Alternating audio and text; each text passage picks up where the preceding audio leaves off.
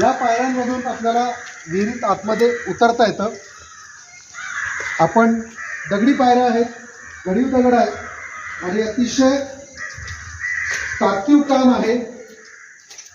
तुम्हाला इथे आपल्या हेमाडपंथी रचनेचे वैशिष्ट्य बघायला मिळतील। इथे फुलं आहेत, साधारणतः कमळाचं फूल हे हेमाडपंथी रचनेचं एक वैशिष्ट्य सांगितलं जातं। आतमध्ये आपण विहिरीच्या आहोत, या त्या दोन आयताकृती उपविहिरी आहेत। मुख्य विहीर तिकडे आणि त्यातील पाणी आयताकृती विहिरीतून इथे पण वरती जे आहे ते इथून मोटेद्वारे पाणी नेलं जात असेल।